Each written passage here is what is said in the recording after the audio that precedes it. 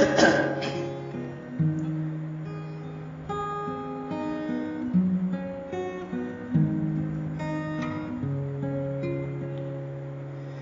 ินดีกับคนคนนั้นของเธอยินดีที่เขาเลือกเธอและเธอก็ยังต้องการเขาแม้วันในวันนี้สองเราจะเหลือเพียงความว่างเปล่าแต่ฉันก็พร้อมจะยินดีวันที่เธอไม่เหลือเยื่อใยวันที่เธอเอาใจใส่กับคนของเธอมากกว่าฉัน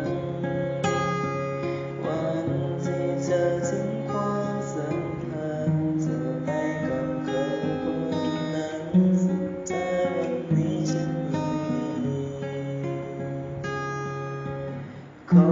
ให้เดือนล้านครั้งที่ฉันเอ่ยที่เธอเคยได้ยินคำพูดนั้นให้เธอจดแล้วจำไว้แล้วกันว่าฉัน